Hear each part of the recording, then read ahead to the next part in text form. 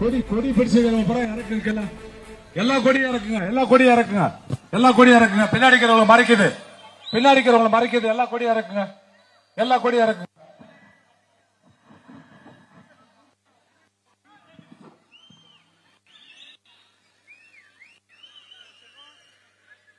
வாக்காளர் பெருமக்களே, தேசிய ஜனநாயக கூட்டணி கட்சியின் சார்பாக பாலக்கோடு சட்டமன்ற தொகுதியுடைய வேட்பாளராக போட்டியிடுகின்ற எனக்கு, கேபி அன்பழகனாகிய எனக்கு ஒதுக்கப்பட்டிருக்கின்ற சின்னம் ரெட்டலை. அந்த ரெட்டலை சின்னத்திலே எனக்கு ஆதரவு திரட்டுவதற்காக வருகை தந்திருக்கின்ற பாட்டாளி மக்கள் கட்சியுடைய தலைவரும் முன்னாள் மத்திய சுகாதாரத்துறை அமைச்சரும் 108 நாயகனமாகிய அன்புக்குரிய சகோதரர் மருத்துவர் அன்புமணி ராமதாஸ் அவர்கள்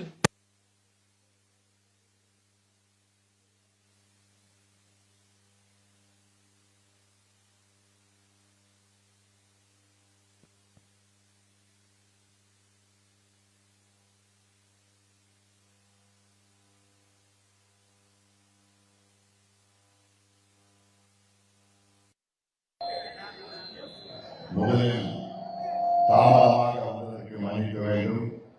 அடுத்தது இந்த கொளுத்தும் வெயிலில் இந்த தேர்தல் பிரச்சாரத்தை வைத்ததற்காகவும் எங்களை மன்னிக்க வேண்டும்.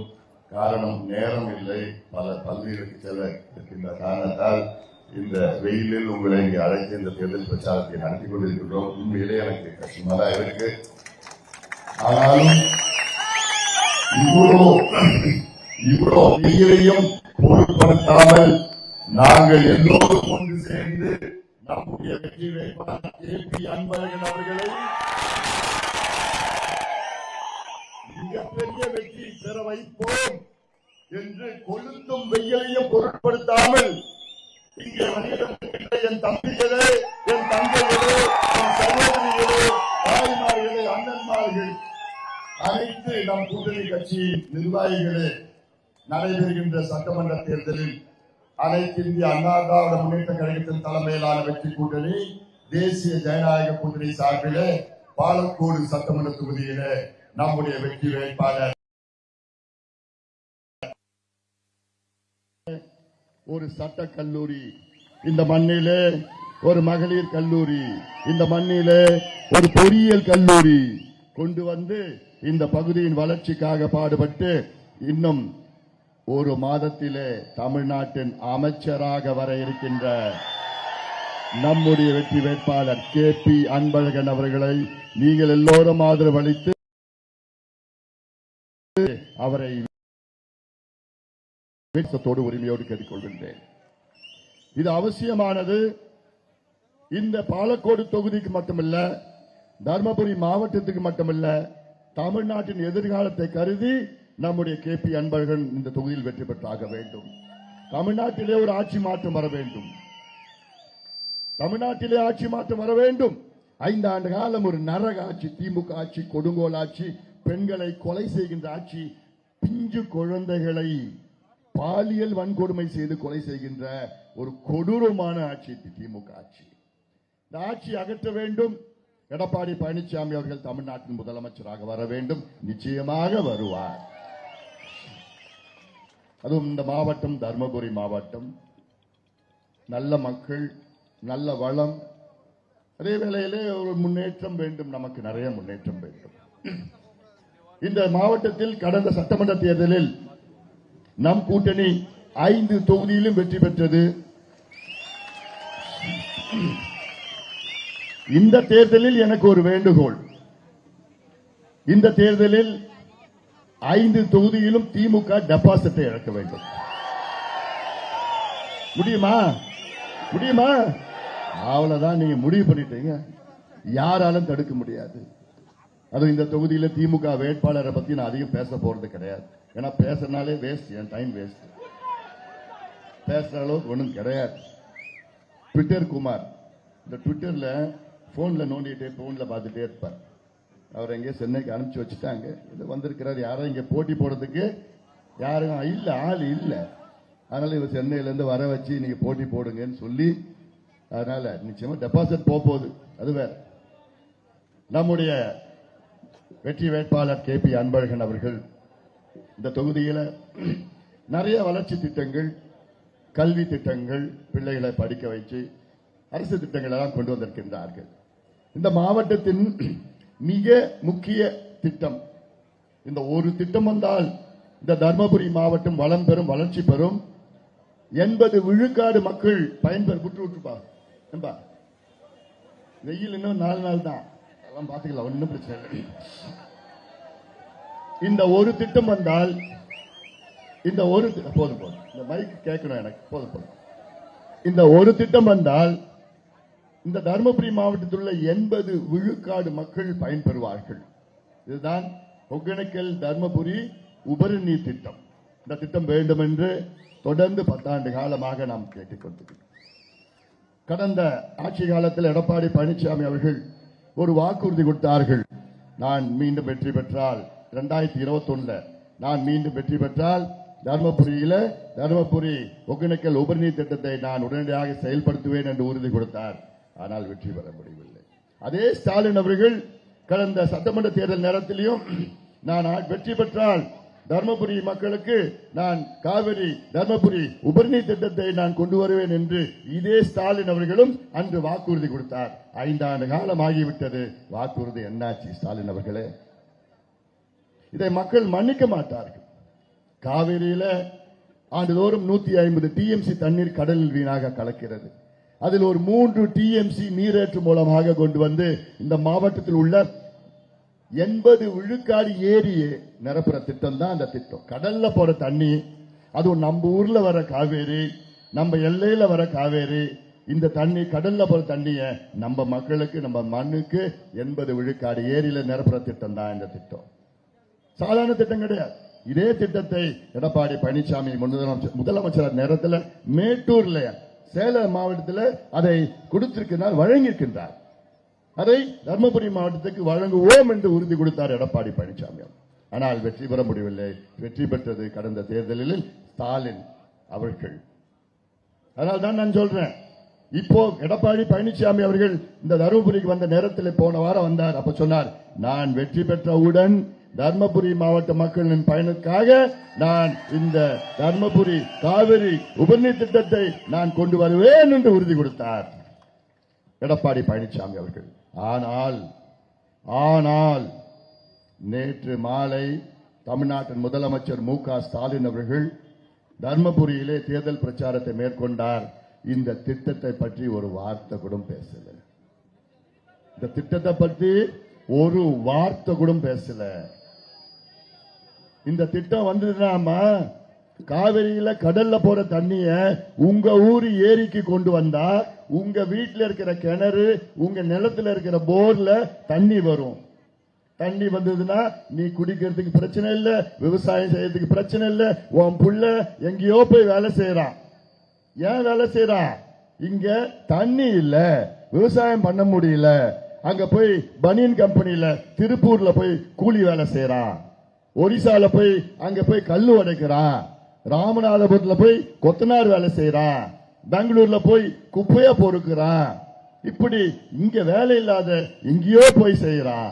ஆனா இந்த தண்ணியை கொஞ்சம் இங்க உங்க ஊர்ல ஏரியில நிரப்புனா வாழ்வாதாரம் பெருகும், விவசாயம் பெருகும், சுயமரியாதையோடு நீங்க எல்லாம் வாழலாம், உணவு பாதுகாப்பு கிடைக்கும். நீங்க எல்லாமே 2 ஏக்கர் 3 ஏக்கர் 4 ஏக்கர் வச்சிருக்கிறீங்க. ஆனாலும் தண்ணி இல்லாத எங்கேயோ போய் கூலி வேலை செஞ்சிட்டு இருக்கீங்க. அதனால இந்த ஒரு திட்டம் வந்தா போதும், உங்க அத்தனை பேருடைய வாழ்க்கை செழுமையா இருக்கும். இப்ப வெளியில போனவங்க எல்லாம் இங்கேயே வந்து வேலை செய்வாங்க, முதலாளிகளா வேலை செய்வாங்க. இதத்தாயா வேணும். இத பத்தி ஸ்டாலின் ஒரு வார்த்தை கூட பேசல நேற்று. இது ஒரு திட்டம், இதுதான் திட்டம். KP அன்பழகன் அவர்கள் இங்கே இந்த தொகுதி அமைச்சரா இந்த நேரத்தில், தமிழ்நாட்டின் அமைச்சரா இந்த நேரத்தில் உங்களுக்கு தெரியும், இந்த அன்புமணி இந்த எண்ணெய்கோல் புது தும்புலி திட்டம் வேண்டும் என்று எத்தனை போராட்டம் நாம் பண்ணினாங்க. பாலக்கோடு ஒன்றிய இந்த காரியமங்கலம் பகுதியில் தான் அதிக பயன்பெறும் இந்த திட்டம். போராட்டம் பண்ணி அப்ப அமைச்சரா KP அன்பழகன் அவர்கள் இந்த திட்டத்திற்காக 275 கோடி ரூபாய், இந்த திட்டத்திற்கு 100 கோடி ரூபாய் அந்த நிலத்தை கையகப்படுத்துவதற்காக 375 கோடி ரூபாய் ஒதுக்கீடு செய்து சும்மா சும்மாலாம் அறிவிப்புலாம் இல்ல, ஒதுக்கீடு செஞ்சது. ஒதுக்கீடு செய்து பிறகு நம்ம திமுக ஆட்சி வந்துடுச்சு. திமுக ஆட்சி வந்தவுடன் திமுக காரங்க என்ன பண்றாங்க தெரியுமா? அந்த திட்டத்தை ரத்து பண்ணிட்டாங்க. திட்டத்தை செலவுலே பண்ணல.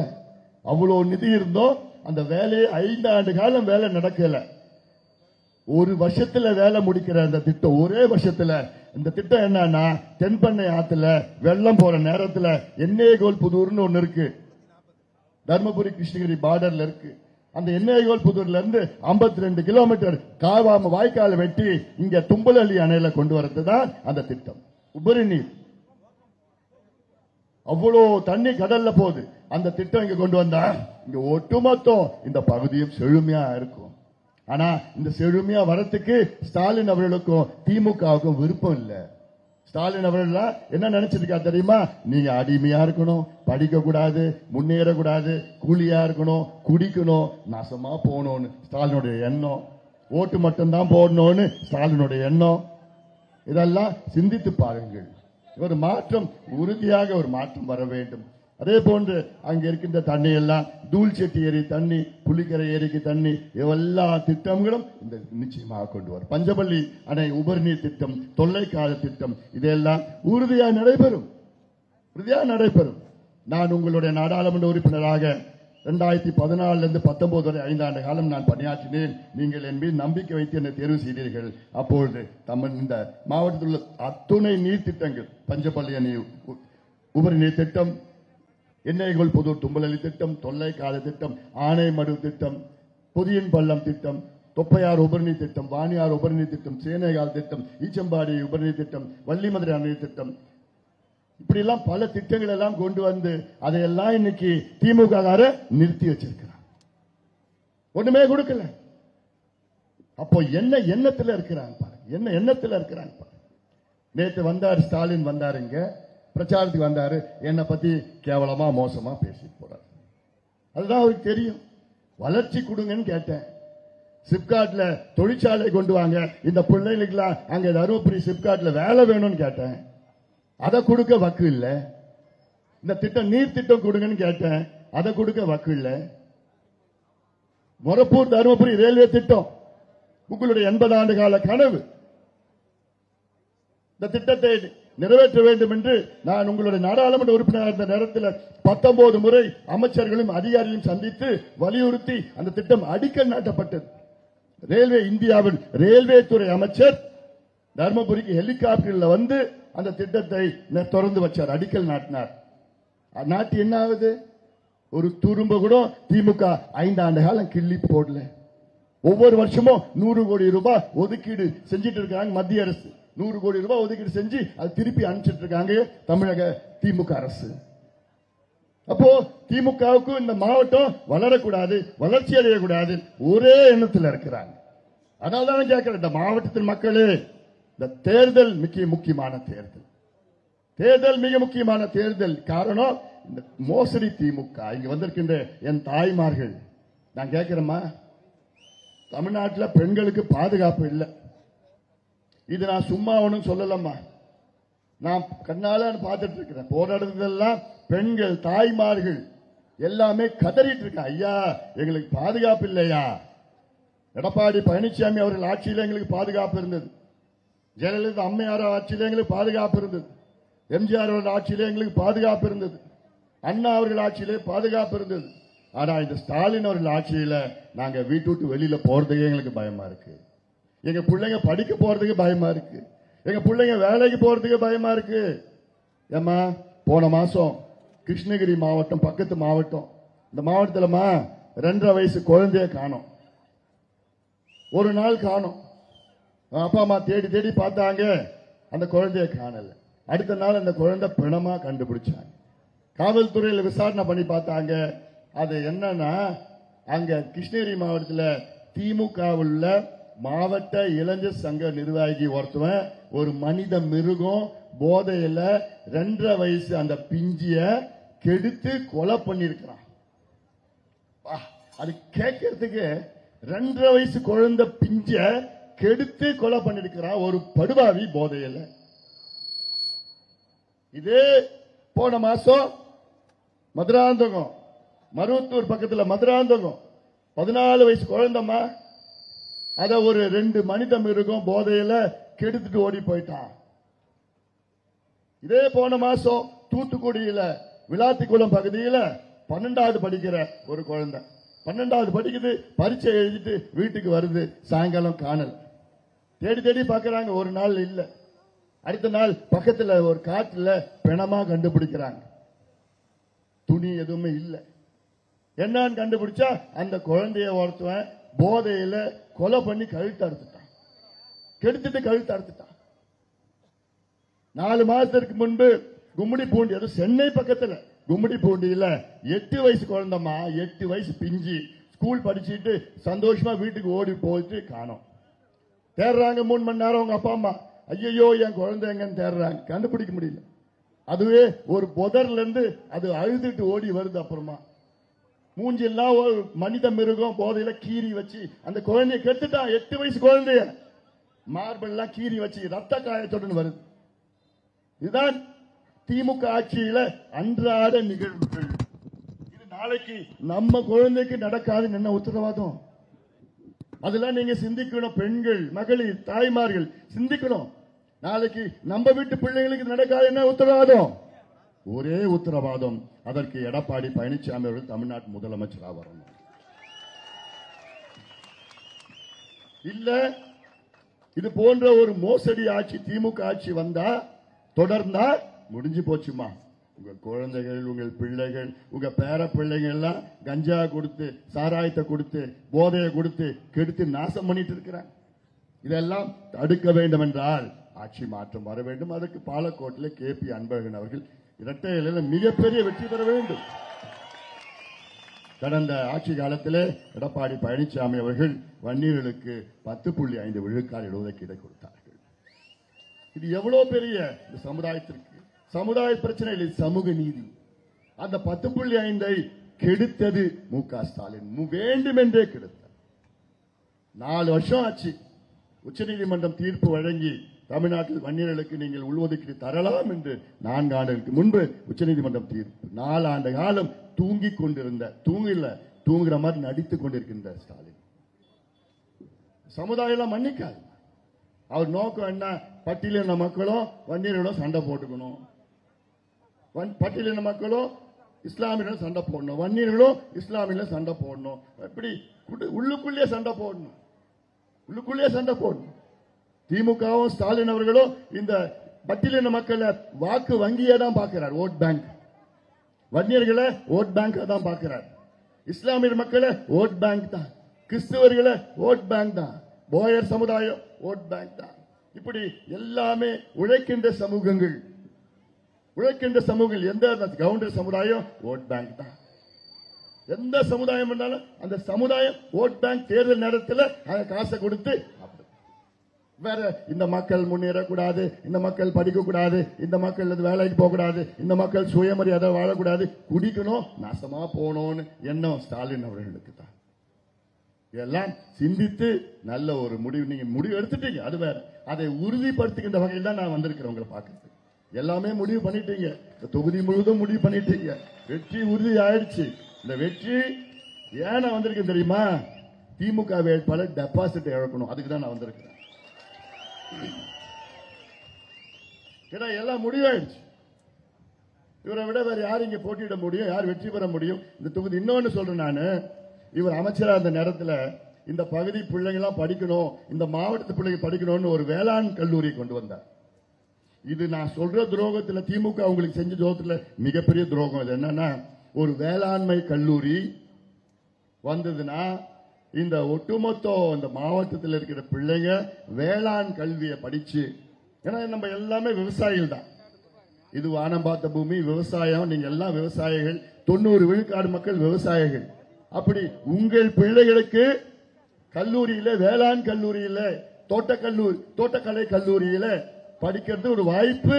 அதற்காக நம்முடைய KP அன்பழகன் அமைச்சராக இருந்த நேரத்தில் அவர் ஒரு அரசாணை வெளியிட்டு எடப்பாடி பழனிசாமி போய் கெஞ்சு, ஐயா எங்க ஊருக்கு வேணும்னு ஒரு வேளாண் கல்லூரியை கொண்டு வந்தார். அதன் பிறகு ஆட்சி மாற்றம் வந்துருச்சு, திமுக ஆட்சிக்கு வந்துட்டாங்க. திமுக என்ன பண்ண தெரியுமா? அந்த வேளாண் கல்லூரி அரசாணையை ரத்து செய்து விட்டார்கள். நிறுத்திட்டான், ரத்து பண்ணிட்டான். எவ்வளவு பெரிய ஒரு துரோகம் இந்த மக்களுக்கு. ஏன்னா அதை இவர் கொண்டு வந்தாருன்னு ஒரே காரணம், கேபி அன்பழகன் கொண்டு வந்துட்டார். உங்களை பத்தி எல்லாம் இல்ல கவலை. உங்க பிள்ளை படிக்கணும், விவசாயம் பண்ணணும், விவசாயம் பண்ணணும்னா இல்ல, நல்ல ஒரு முன்னுக்கு வரணும்னு, விஞ்ஞான விவசாயத்தை செய்யணும்னா, நவீன விவசாயம் செய்யறதுக்குலாம் அதெல்லாம் இல்லை. இன்னும் கூலிகளாக இருக்கணும், குடிக்கணும், சாராயத்தை குடிச்சு டாஸ்மார்க் விற்பனை, கொள்ளடிக்கின்ற இந்த திமுகவை விரட்டி அடியுங்கள், திமுக ஆட்சியை அகற்றுங்கள், போதும். பேசுறதெல்லாம் ரொம்ப மோசமா. எடப்பாடி பழனிசாமி அவர்களை பத்தி அவ்வளவு மோசமா பேசுறாங்க, என்ன பத்தி அவ்வளவு மோசமா பேசிட்டு இருக்காங்க. நாங்க பேச ஆரம்பிச்சோம்னா வேற, நீங்க எல்லாம் தாங்க மாட்டீங்க. ஸ்டாலின் அவர்களே, நீங்க மட்டும் உங்க பிள்ளையும் தாங்க மாட்டார். அதனால அந்த அளவுக்கு நாங்களாம் அந்த அளவுக்கு கீழே இறங்கி நாங்க பேச மாட்டோம், பேசுவதற்கு அவசியம் கிடையாது. ஏன்னா நாங்க வெற்றி பெற்றுட்டு இருக்கிறோம். நாங்க இந்த டைவர்ட்லாம் ஆக மாட்டோம். இதெல்லாம் தேவையில்லாம பேசி நாங்க மக்களை டைவர்ட் பண்றதுக்கெல்லாம் எங்களுக்கெல்லாம் அவசியம் கிடையாது. எங்க நோக்கம் இந்த தேர்தல், உங்க நோக்கம் தோல்வி பயத்துல ஏதேதோ உளறிட்டு பேசிட்டு வேற எதுவும் இல்லை உங்களுக்கு. ஒரு முதலமைச்சர் 5 ஆண்டு காலம் தமிழ்நாட்டு ஆண்ட முதலமைச்சர் எதை சொல்லி வாக்கு கேட்கணும்? 5 ஆண்டு காலம் நான் செய்த சாதனைகளை வச்சு வாக்கு கேட்கணும். அது கேட்கிறாரா? இல்ல. எதை செஞ்சாதானே? எதுவும் இல்ல. அடுத்தது அவர் வச்சு கேட்கிற வாக்குகள்லாம் ஐயோ பிஜேபி வந்துரும், பிஜேபி வந்துரும். நான் சொன்ன ஸ்டாலின் அவர்களே, இது உங்களுக்கும் எடப்பாடி பழனிசாமிக்கு நடக்கின்ற தேர்தல், உங்களுக்கும் மோடிக்கும் நடந்த தேர்தல் 2 வருஷம் ஆச்சு முடிஞ்சு. நாடாளுமன்ற தேர்தல், இப்ப சட்டமன்ற தேர்தல் நடக்குது. ஸ்டாலின் அவர்களே அதை ஞாபகப்படுத்தின, அப்புறம் அதை பேச நிறுத்திட்டார். இப்ப எடப்பாடி பழனிசாமி அவர்கள அப்படி தனி மனித தாக்குதல், அவர் இப்படி பண்ணார் அப்படி பண்ணார், அன்புமணி இப்படி அப்படின்னு என்ன பத்தி மோசமா பேசிட்டு இருக்காரு. இப்ப அடுத்தது இப்ப என்ன பேசுறா தெரியுமா? ஸ்டாலின் அவர்கள் நேற்றோட தருமபுரியில் வந்து பேசிட்டு போனார். எதை பத்தியும் பேசல. இந்த திட்டம், உங்களுக்கு படிப்பு, வேலை வாய்ப்பு, முன்னேற்றம் எதுவும் பத்தி இல்ல. ஒன்னே ஒன்னு கேட்கிறார், திமுக ஓட்டு போடுங்க, நாங்க உங்களுக்கு 8000 ரூபாய் கூப்பன் தரோம். தலையெழுத்து. இதை விட ஒரு மானங்கட்டத்தனை ஏதாவது இருக்குமா? 5 ஆண்டு காலம் உங்களுக்கு ஆட்சி கொடுத்தா கடைசியில கூப்பன்ல வந்து நிற்பீங்க நீங்க. அதுவும் அந்த கூப்பன் என்ன? போலி கூப்பன். அதுவும் இப்ப இந்த வேட்பாளர் ட்விட்டர் குமார், இந்த வேட்பாளர் வந்து சுவர் ஒட்டி ஒட்டுறார், 8000 கூப்பன். நான் அப்பயே சொன்னேன், ஒரு மானங்கட்டத்தனமான ஒரு வேட்பாளர். அவங்க முதலமைச்சரை வச்சு ஓட்டு கேட்கல, அவங்க 5 ஆண்டு காலம் செஞ்ச சாதனை வச்சு ஓட்டு கேட்கல, அவங்களுடைய திராவிட மாடல் உருப்படாத ஒரு மாடல் திராவிட மாடல் வச்சு ஓட்டு கேட்கல, அவங்களுடைய தேர்தல் அறிக்கை வச்சு ஓட்டு கேட்கல, 8000 ரூபாய் கூப்பன் வச்சுதான் ஓட்டு கேட்கறாங்க. இந்த 8000 ரூபாய் கூப்பன் வச்சுதான் அதை நம்பிதான் நம்பிட்டு இருக்கிறாங்க. இதை விட ஒரு மானங்கட்டத்தனம் ஏதாவது இருக்குமா? 8000 ரூபாய் கூப்பன். ஏமாந்துட போற 8000 ரூபாய் கூப்பன். அது உங்களுக்கு கிடைக்கணும்னா நீ 3000 ரூபாய் திமுக காரன் லஞ்சம் கொடுத்தா தான் அது கொடுப்பான். சும்மா கொடுக்க மாட்டான். அதை யாருக்கிட்ட கொடுப்பானா? அதுவும் திமுக குடும்பத்து அவன் கட்சிக்காரன் தான் கொடுப்பான், உங்களுக்கு வராது. ஆனால் எடப்பாடி பழனிசாமி அவர் சொல்றாரு, என்ன தேர்வு செய்யுங்கள், நான் 10,000 ரூபாய் உங்க வங்கி கணக்கில் நேரடியா பணத்தை உங்க வங்கி கணக்கில். ஏமாறாது. 8000 ரூபாய் நீங்க கூப்பன் கொடுத்து பேப்பரை செல்லாடு கிழிச்சு போட்டுடுங்க. நேத்துமா திருச்சியில ஒரு கல்லூரி படிக்கின்ற பெண், பட்டியலினத்தை சார்ந்த தாழ்த்தப்பட்ட சமுதாயத்தை சார்ந்த ஒரு பெண் காலேஜில் படிச்சுட்டு, அந்த பிள்ளை போய் எனக்கு ஒரு கூப்பன் கொடுங்கன்னு கேட்டு திமுக கட்சிக்காரங்கிட்ட. அவன் என்ன சொல்லிட்டான்? நான் கொடுக்க முடியாதுன்னு சொல்லிட்டான். அதான் கூப்பன் டூப்ளிகேட் கூப்பன், அது செல்லாது. அந்த டூப்ளிகேட் கூப்பன் அந்த பெண் கிடைச்சு, ஏன் எனக்கு கொடுக்க மாட்டேன்னு கிடைச்சு, இல்ல நீ பட்டியலினத்தை சார்ந்தவன், நீ தாழ்த்தப்பட்ட சமுதாயம், அதனால நான் உனக்கு கொடுக்க மாட்டேன் திமுக காரன் சொல்றான். அந்த பெண் அவமானம் தாங்காம போய் தற்கொலை பண்ணிக்கிச்சு, தூக்க மாட்டேங்குச்சு. இப்படிதான், இதுதான் திமுக. திமுக பட்டியலின மக்கள் ஓட்டு மட்டும்தான் வேணும், தாழ்த்தப்பட்ட சமுதாயம் ஓட்டு வேணும், வன்னியர் சமுதாயம் ஓட்டு வேணும், போயர் சமுதாயம் ஓட்டு வேணும், குறும்பூர் சமுதாயம் ஓட்டு, கவுண்டர் சமுதாயம் ஓட்டு, யாதவ சமுதாயம் ஓட்டு, இந்த ஓட்டு மட்டும்தான். ஆனா அவங்க ஒரு போலி கூப்பன், அந்த போலி கூப்பன் கூட கொடுக்கறதுக்கு பட்டியலின பெண்களுக்கு கொடுக்கிறதுக்கு மனசு இல்லாத திமுக கட்சிக்காரங்க நிச்சயமா அனைத்து சமுதாயங்களும் நீங்கள் எல்லாம் ஒன்று சேருங்கள். வேணாயா, இது ஒரு ஆட்சி, ஏமாற்று, 420 ஃப்ராடு, கொல்ல கொல்ல கொல்ல எல்லா துறையிலையும் கொள்ளடிச்சு நாங்கள் ஆட்சிக்கு வந்தால் 100 வேலை வாய்ப்பை 150 நாளாக உயர்த்துவோம். எவ்வளவு நாள் கிடைச்சது உங்களுக்கு? 12 நாள். 100 நாள் வேலை வாய்ப்பை 150 நாளா உயர்த்துவோம் சொன்ன ஸ்டாலின் அவர்களே, இன்னைக்கு எத்தனை நாள் வேலை கொடுக்குறீங்க? 12 நாள். 12 நாள். அந்த 12 நாள்ல 4 நாள் காசை அவன் எடுத்துட்டு போறான். அப்போ 12 நாள் கூட வேலை கொடுக்க துப்பு இல்லாத ஒரு அரசை தூக்கி எறியுங்கம்மா. திமுக அரசை தூக்கி எறியுங்க. இதெல்லாம் நீங்கள் சிந்தித்து நிச்சயமாக நமக்கு நல்லது நடக்க வேண்டும். தமிழ்நாட்டில் ஆட்சி மாற்றம் வர வேண்டும். எடப்பாடி பழனிசாமி அவர்கள் முதலமைச்சராக வர வேண்டும். இந்த பாலக்கோட்டிலே நம்முடைய KP அன்பழகன் அவர்கள் மிகப்பெரிய வெற்றி பெற்று தமிழ்நாட்டில் அமைச்சராக வருவார். இங்கே இருக்கின்ற அத்தனை பேரும் KP அன்பழகன் அவர்களை நீங்கள் எல்லோரும் ஆதரவு அளித்து இரட்டை இலை சின்னத்தில் வாக்களித்து அவரை வெற்றி பெற செய்யுமாறு உங்கள் எல்லோரையும் பணிவோடு, பாசத்தோடு, உரிமையோடு கேட்டுக்கொண்டு நன்றியோடு விடைபெறுகின்றேன். வணக்கம்.